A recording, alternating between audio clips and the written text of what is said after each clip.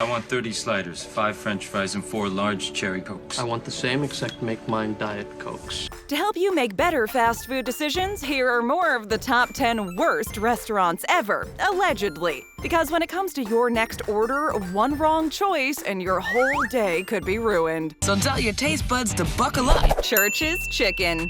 Whoa, how much luckier can a kid get? That'll work. Honestly, we will most likely never get tired of fried chicken, which is why there are so many places you can get your chicken fix nowadays. However, some of these places could use a little help, and apparently that includes Church's Chicken. Known as Texas Chicken outside of the U.S., Church's Chicken was first established in the 1950s and has been specializing in fried chicken, fries, biscuits, and jalapenos ever since. The only problem is, not everyone enjoys what this chain has to offer.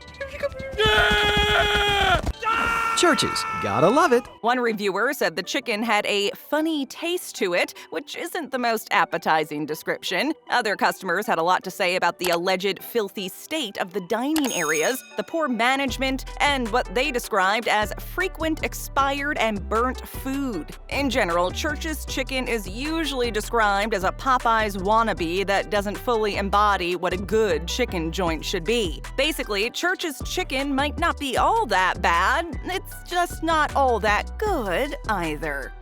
Damn! CiCi's Pizza.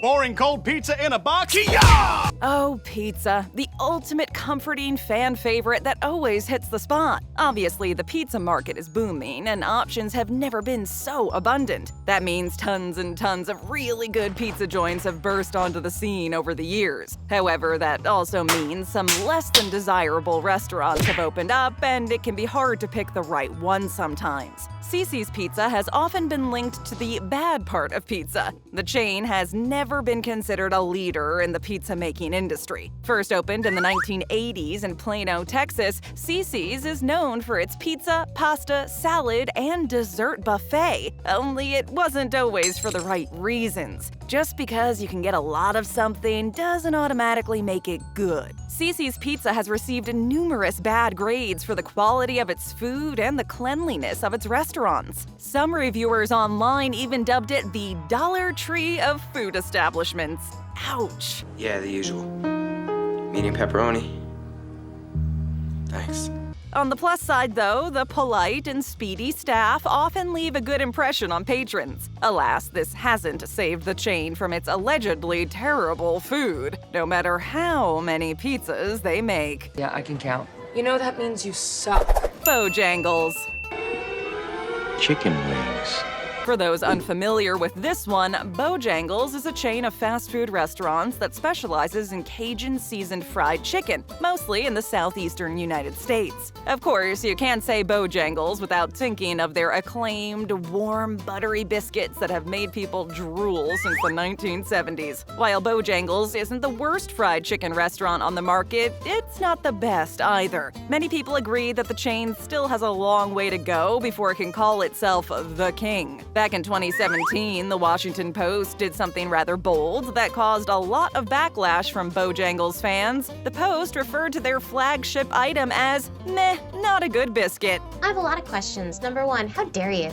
That diss prompted southern parts of the United States to rise up. North Carolina Senator Tom Tillis even stepped in to defend the precious biscuits. And yet, according to Consumer Reports, only 45% of people who tried Bojangles would actually eat there again. So, Senator, it seems like not everyone agrees with your best fast food biscuits period statement. Could Bojangles make the Cajun filet biscuit even better? No, because it's perfect.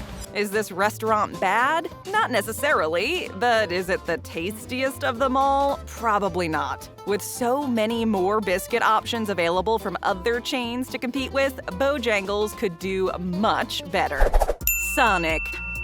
$2.99 for a Car Hop Classic. What a steal. Steal, that's a heist. Don't get us wrong, Sonic's drive-in concept is absolutely genius. It's fun, vintage, and usually pretty convenient since you never have to leave your car. Sonic has a cult following of fast food lovers and always seems to be a fun experience. At least it looks fun, until you actually go. According to many reviewers online, most of the time this Pied Piper of a restaurant doesn't live up to the hype. Reviewers say the food is fine, but it's just not as tasty as Sonic pretends it to be. You obviously can't expect too much from a fast food place. It's not going to be a 5-star meal served with impeccable service. Where's all my money? Hey, take it easy. That's a ceramic pig you're yelling at. Pig. But a certain standard should be expected, especially when you've been told over and over how great the experience is. According to a Consumer Reports survey, only 36% of Sonic customers said they would go back for a second time, which is a pretty discouraging number. The chain keeps on ranking below other major fast food competitors when it comes to sales and revenue, and just can't seem to catch up with today's more health-conscious consumer. A regular cheeseburger and fries combo could run up more than 1,000 calories. What do you think is coursing through my veins right now? Cheese whiz? Basically, Sonic is only okay if you like fatty food and drive-ins. Subway. Halloween's coming. You gotta stay in shape for all the costumes. What's that? Here's another fallen soldier of the fast food world. What happened to this once so successful chain? Well, let's just say that Subway did not keep its Eat Fresh promise for very long. The restaurant used to hold the title of having the most locations around the world, with over 40,000. That's even more than McDonald's. But that number has been dropping steadily over the last few years, just like the quality of the food. Considering the array of trouble Subway went through, it's kind of easy to see why. Hi, I'm Jared, the Subway guy, and this is my story. First, there was the $5 footlong fiasco, then the lawsuits regarding those footlongs, and then the plentiful rumors about how some of the ingredients were really made. The whole company was in shambles. Then in 2014, it was the whole azodicarbonamide in the bread scandal, a chemical also used in yoga mats. While Subway has since phased out the ingredient, the drama never ends. Recently, it's the tuna that's been the talk of the town. Subway claims to serve 100% wild-caught cooked tuna mixed with mayonnaise and served fresh always. But a DNA test conducted by the New York Times revealed that there either was no actual tuna in the sandwich, or it had been so overly processed that the lab couldn't identify it as such. Can we go over the Viking lady again? So, in conclusion, yeah, we'll steer clear of Subway from now on. Krystal. I want to give you this. Yeah, it's bacon. Opened in the 1930s in Chattanooga, Tennessee, Krystal has only about 350 locations across the United States. Like Bojangles, it's mostly popular in the southeast part of the country. If you're not familiar with Krystal, just think of it as something akin to White Castle. It serves sliders as well, only there they're called Krystals. Hey, they at least get points for originality. The big country meal deal at Krystal? Ow! The real problem with Krystal, though, has nothing to do with the knockoff concept, but more so the execution of it all. Krystal's food quality, or rather lack thereof, has attracted a plethora of complaints. According to some customers, the patty-to-bun ratio in most of their sliders is way off, and they taste bland. Overall, Krystal doesn't have anything to set itself apart from its competitors. The chain filed for bankruptcy in January 2020 and started shutting down many of its already scarce locations. I declare bankruptcy! It doesn't seem like things are looking up. If you want some quality burgers, there are tons of other places with better reviews you can go and try. Dairy Queen. Come on, I'll treat you to a Dairy Queen. All right, settle down now. We're not attacking your precious blizzards. These are always delicious, and there's really nothing negative that you could say about them. Still, many reviewers question the rest of Dairy Queen's menu. Dairy Queen knows its way around frozen treats, that's obvious. But when it tries to expand its menu to offer dinner options, that's when things get a little bit tricky. Can I come too? Robbie, I only have enough money for me and Joe.